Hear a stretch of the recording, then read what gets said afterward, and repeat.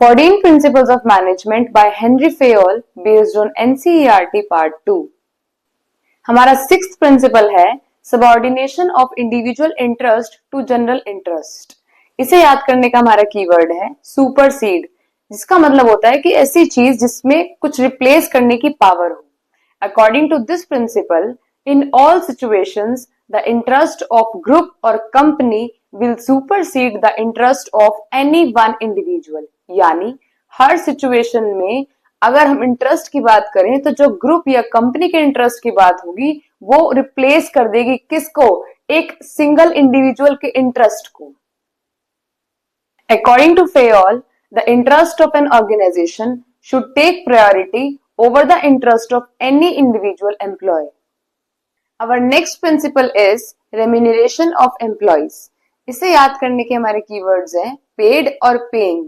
According to this principle, the employees should be given fair wages, which should give them at least a reasonable standard of living, and at the same time, it should be within the paying capacity of the company। यानी employees को जो wages दिए जाएं वो fair हों, जिससे वो एक reasonable जीवन जी सके, एक अच्छा जीवन जी सके, लेकिन साथ ही साथ वो पैसे जो है वो कंपनी की पेइंग कैपेसिटी के अंदर होने चाहिए कि कंपनी के अंदर इतनी क्षमता हो कि उनको वो फेयर वेजेस प्रोवाइड कर सके। According to Fayol, the overall pay and compensation should be fair to both employees and the organisation. Our next principle is centralisation and decentralisation.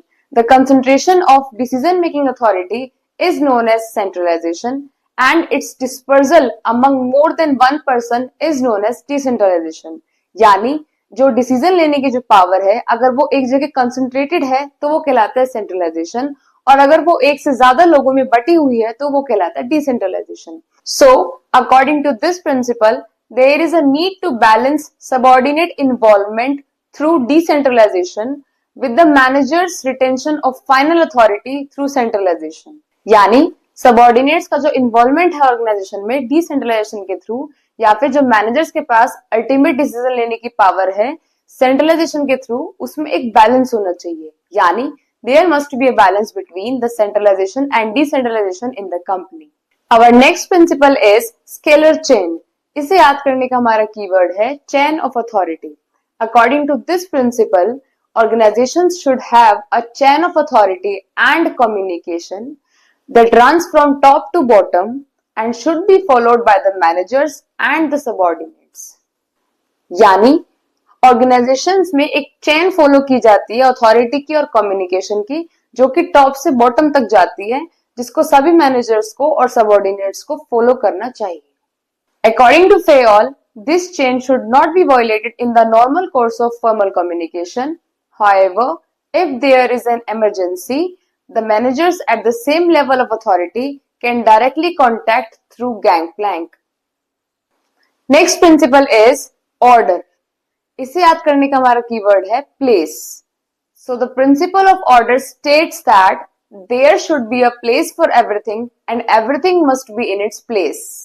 यानी ऑर्गेनाइजेशन में हर चीज के लिए एक जगह होनी चाहिए और हर चीज अपनी जगह पर होनी चाहिए। According to Fayol, people and materials must be in suitable places at appropriate time for maximum efficiency। Our next principle is equity। इसे याद करने का हमारा कीवर्ड है no discrimination। According to this principle, there should be no discrimination against anyone on account of gender, religion, caste, language, belief or nationality, etc। All the employees should be treated as fairly as possible। यानी organisation में किसी भी employees के साथ कोई भी भेदभाव नहीं होना चाहिए, ना कास्ट के बेस पर, ना रिलीजन के बेस पर, ना नेशनैलिटी के बेस पर। सभी एम्प्लॉयज इक्वल ट्रीट करे जाने चाहिए। According to Fayol, this principle emphasizes kindliness and justice in the behavior of managers towards workers।